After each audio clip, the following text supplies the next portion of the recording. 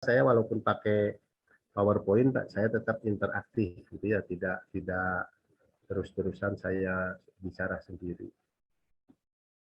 Ini tadi udah keluar lagi temannya satu. Saya share dulu materi ya.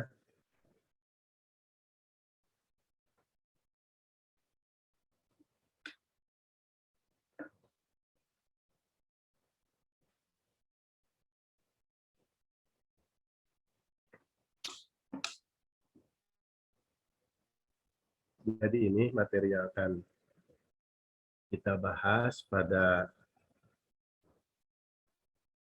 hari ini tentang filsafat ilmu pengetahuan. Ini awalnya dulu ya. Ini merupakan konsep dasarnya dulu karena belajar filsafat itu bukan hal yang mudah ya. Rata-rata ngantuk kalau belajar filsafat, mau belajar jam berapapun kecuali kalau sudah kuat keilmuannya gitu ya. Rata-rata ngantuk karena agak sulit dipraktekkan filsafat itu gitu ya. Agak sulit dipraktekkan meskipun ini merupakan induk gitu ya, induk dari segala ilmu pengetahuan. Dulu di S1 saudara pernah belajar, ini Mas Riko mana Mas Riko?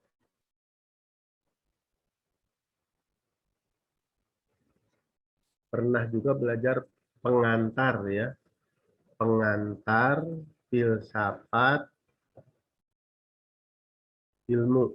Itu waktu di S1 gitu ya. Dan itu pun sudah lupa, kalau belajar filsafat memang mudah sekali dilupakan gitu ya. Mungkin tidak ada sedikit pun gitu ya, kalaupun ada sedikit-sedikit sekali. Karena sifatnya belajar filsafat itu agak sulit dipraktekkan, jadi kalau tidak serius itu akan mudah dilupakan. Tapi walaupun lupa dia belajar filsafat itu, maka apa yang telah dipelajari gitu ya, apa yang telah dipelajari di dalam filsafat itu sewaktu-waktu akan membantu kita, gitu ya, sewaktu-waktu akan membantu kita dalam memecahkan masalah, gitu ya, dalam memecahkan masalah.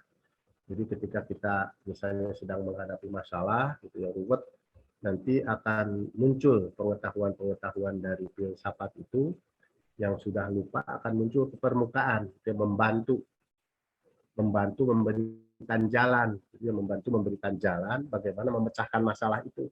Itu belajar filsafat itu begitu, walaupun mudah dilupakan gitu ya, mudah lupa, tapi sewaktu-waktu gitu ya, sewaktu-waktu diperlukan dia akan muncul gitu ya. Kalau kita pernah mempelajari itu, dia akan muncul dan membantu kita di dalam memecahkan permasalahan. Makanya belajar filsafat ya harus rajin gitu ya, harus rajin baca, harus rajin merenungkan, karena filsafat itu intinya adalah perenungan, itu merenungkan sesuatu untuk bisa mengenal diri kita sendiri, mengenal Sang Pencipta, mengenal lingkungan, dan lain sebagainya. Ini bisa dibaca segini.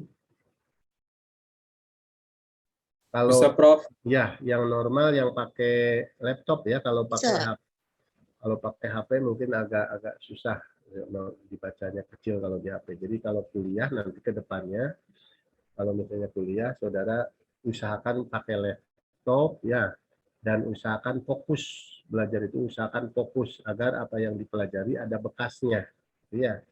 Jadi walaupun tadi saya katakan, walaupun sekarang di era teknologi itu bisa belajar ditinggal sambil apa itu bisa dilakukan, tapi nanti saudara tidak mendapatkan apa-apa ya, karena tidak ada kehusuan. Jadi yang namanya khusyuk itu bukan hanya sholat, belajar juga kalau ingin bisa gitu ya, ingin ada bekasnya, harus khusyuk, harus sungguh-sungguh, harus serius.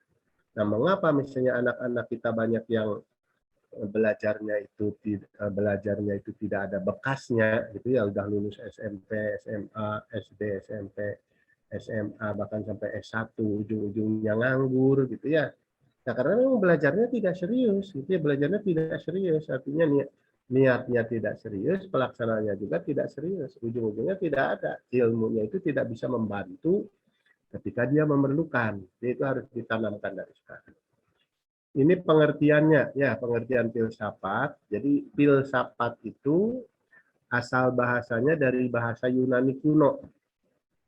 Tuh, pokoknya tahu itu dulu ya. Ini dulu sudah dia satu, tapi saudara kan sudah lupa karena belajar filsafat itu begitu sering mudah lupa, susah ingat, mudah lupa belajar filsafat itu. Tapi kalau sering gitu ya, sering didekati, insya Allah tadi saya katakan ilmu yang dipelajari melalui filsafat ini sewaktu-waktu akan membantu kita dalam memecahkan permasalahan. Asal katanya adalah filosofia. Dari akar kata philo berarti cinta dan sophia adalah kebijakan. Ya, jadi kalau ada teman saudara namanya Sophia, itu insya Allah orangnya bijak. Iya, karena Sophia itu artinya kebijakan atau hikmah, gitu ya, atau hikmah. Jadi kalau ada nama Sophia itu dia penuh hikmah dan biasanya bijaksana, gitu ya. Jadi filsafat secara etimologi berarti love of wisdom, cinta kepada kebijaksanaan atau kearifan. Jadi semakin banyak kita belajar tentang filsafat, gitu ya, semakin banyak ilmu yang masuk hasil dari perenungan secara filosofis, maka insya Allah kita akan menjadi orang yang bijak, menjadi orang yang arif, dan kita mencintai kebijakan dan kearifan itu. Nah, kemudian bagi Socrates yang hidup di 469 sampai 399 sebelum Masehi, filsafat ialah kajian mengenai alam semesta ini secara teori untuk mengenal diri sendiri. Ya, jadi belajar filsafat itu mengkaji, gitu ya, mengkaji tentang alam semesta secara teori untuk mengenal diri sendiri.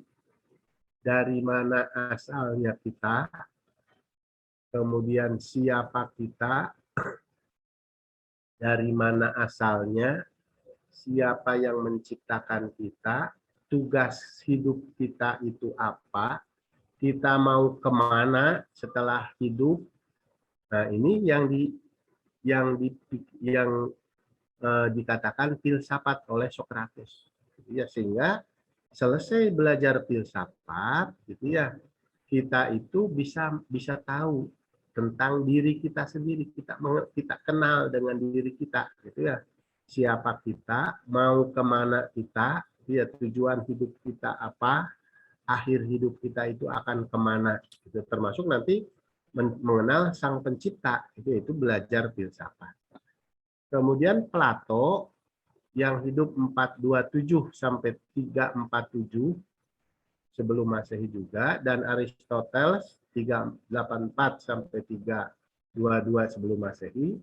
Filsafat adalah kajian mengenai hal-hal yang bersifat asasi.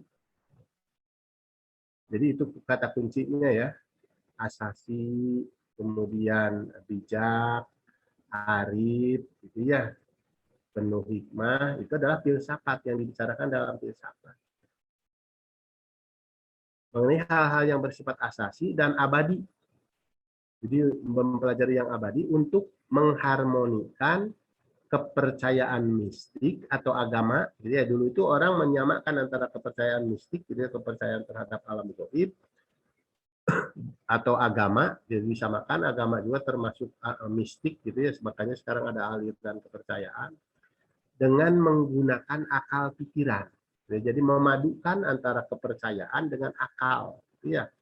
Memadukan antara iman dengan akal. Itulah yang disebut filsafat oleh Plato dan Aristoteles. Sebenarnya ada persamaan, ya, ada persamaan nanti ujungnya ketika belajar filsafat, gitu ya, maka orang itu akan menjadi orang yang baik karena dia mengenal dirinya, mengenal fungsi dan tugas dan fungsinya, gitu ya, dilahirkan ke dunia ini, kemudian mengenal sang penciptanya.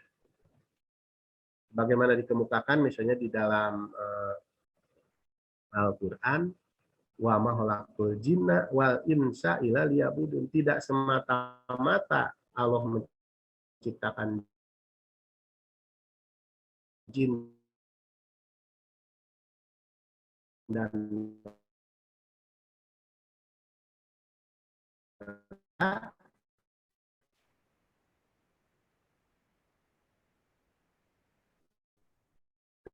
eh,